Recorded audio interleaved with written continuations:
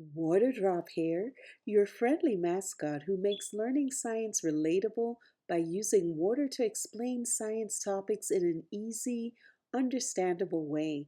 Let's take a look at weathering and erosion. James N. Watkins says, "A river cuts through rock, not because of power, but because of persistence." May you also persist in your quest for science knowledge.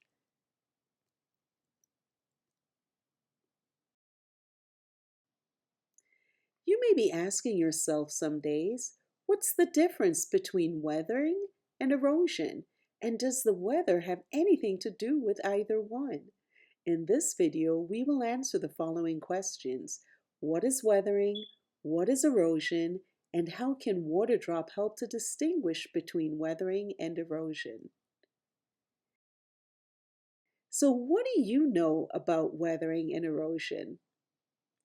Yep, weathering refers to the breaking up of the Earth's surface into smaller pieces, and erosion refers to the movement of those pieces from one place to another.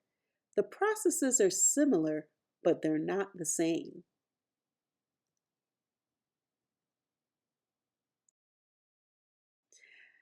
So let's take a look at weathering on Earth.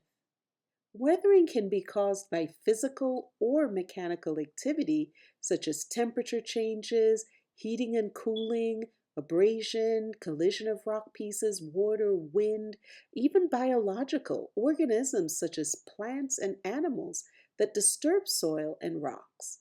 In the images above, the roots of a plant have grown under the paver brick and pushed it up and out of position as a part of a biological activity.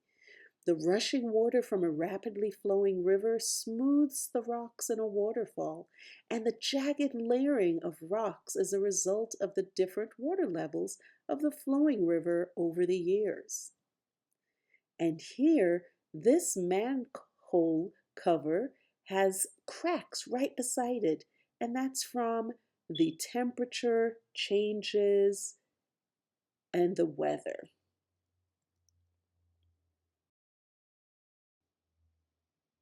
Weathering on Earth can also be caused chemically by acid rain, oxygen or oxidation, which results in the rust as seen on the metal of the chair, the pole, and the signpost.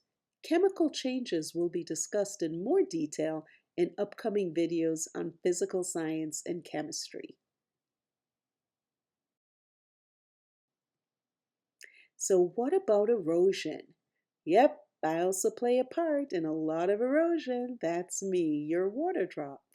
So wind, the movement of sand causing changes in position of sand dunes in deserts, rivers, the movement of sediment down the riverbeds towards the mouth of a river, creating new land when sediment is deposited, ocean waves constantly pounding on the land also causes erosion. Sand being moved from one place to another, glaciers are moved slowly but moves large amounts of sediment from one place to another. And then you have gravity that cause rocks and soil to fall as pictured here on the side and above.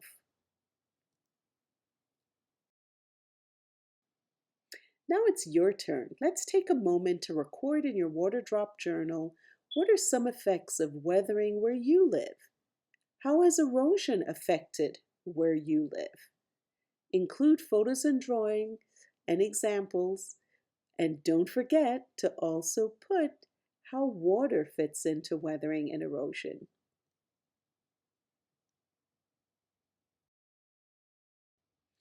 And here's our water drop moment where connections between water and weathering and erosion are emphasized and elaborated. Erosion can be a problem, especially for beaches, homes, and farms. Some of the solutions include mulching of exposed soil. It's a temporary solution. Or you could put windbreaks with trees planted to lessen the effects of wind, vegetation cover, terracing on sloping land to help with water runoff, contour plowing, downspouts and slope drains, erosion control blankets, or riparian buffers where vegetation buffers along bodies to help filter sediments. And you see this a lot in sand dunes by the beach. So the next time you are outdoors, take time to observe the weathering and erosion that occurs after extreme weather events such as windy, rainy, icy, or dry hot days or weeks. Do some research online and find the connection between climate and weathering and erosion. So, as a quick recap, weathering refers to the breaking up of the Earth's surface into smaller pieces. Erosion refers to the movement of these pieces from one place to another. And weather and climate, we did that in one of our earlier videos. You'll see that that can impact the extent of weathering and erosion in an area. And yes, water drop, as our theme says, water has a significant role in weathering and erosion. Don't forget to like and subscribe for more adventures with Water Drop as we study other physical, life, and environmental topics and sciences.